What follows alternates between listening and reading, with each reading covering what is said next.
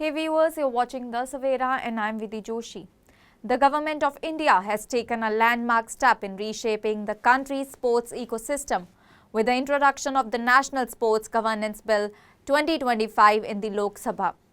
Among the most consequential provisions of this proposed legislation is the inclusion of the Board of Control for Cricket, that is BCCI, within its legal framework. Long regarded as a powerful and autonomous sporting body outside the purview of the government regulation due to its financial self-sufficiency, the BCCI will now be required to adhere to the same standards of governance, transparency and accountability as other national sports federations once the bill becomes law. Though the BCCI does not receive government funding, the Sports Ministry has clarified that its autonomy does not place it above the law.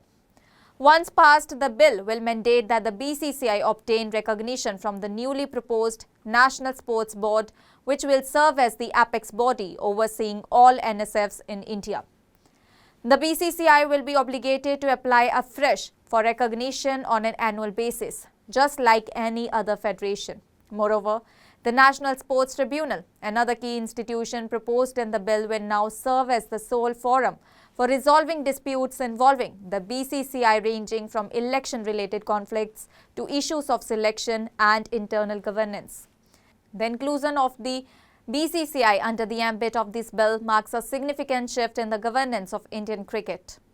With cricket being included in the 2028 Los Angeles Olympics in the T20 format, the BCCI has officially entered the Olympic movement. This development necessitated alignment with the Olympic Charter and international standard of sports governance, prompting the ministry to incorporate cricket's governing body into the new regulatory framework.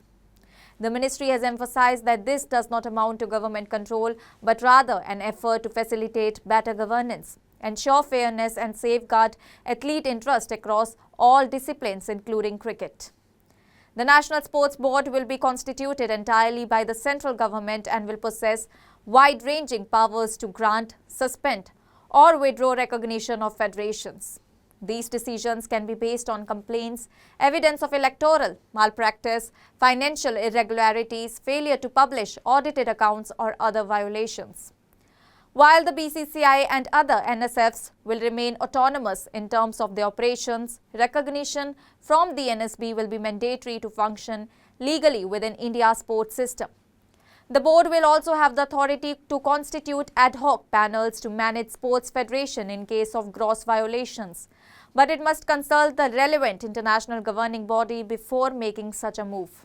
Importantly, the bill bars the BCCI and its affiliated state association from approaching regular courts across the nation in the event of disputes.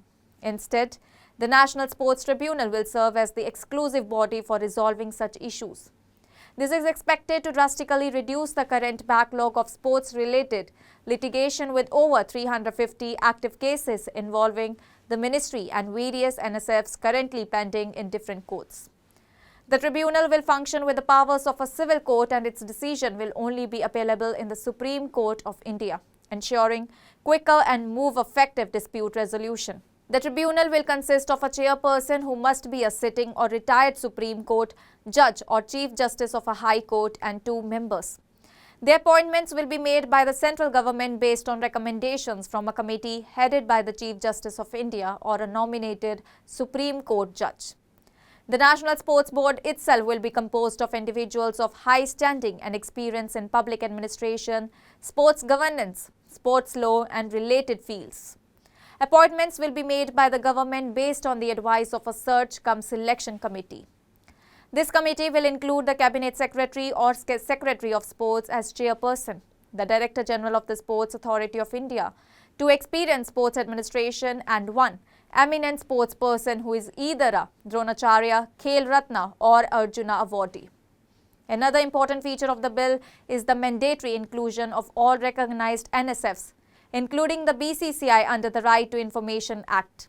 While the BCCI has long opposed this move, citing its financial independence, the ministry has made it clear that once the bill becomes law, compliance with the RTI will be non-negotiable.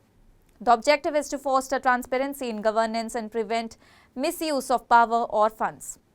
The bill also addresses contentious issues such as age and tenure limits. It also allows office bearers aged between 70 and 75 to contest elections, provided there are no objections from the relevant international federations.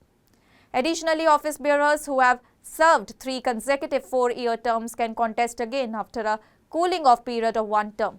To ensure free and fair elections in NSFs, including the BCCI, the bill proposes the formation of a national sports election panel. This body will consist of former election commissioners and senior electoral officers and will oversee all federation-level elections. Alongside the governance bill, the government also introduced the National Anti-Doping Amendment Bill 2025 to bring the 2022 legislation in line with the World Anti-Doping Agency Code. This follows WADA's earlier objections to perceived government interference in the anti-doping framework. As India prepares its bid to host the 2036 Summer Olympics, the government has stressed the importance of transforming the nation's sport governance structure. By bringing the BCCI under a legal and accountable framework, the National Sports Governance Bill 2025 represents a significant stride towards professional, transparent and athlete-focused sports administration in India. That's all for now. Stay tuned to the Savera for more updates. Do like, comment and subscribe to the channel.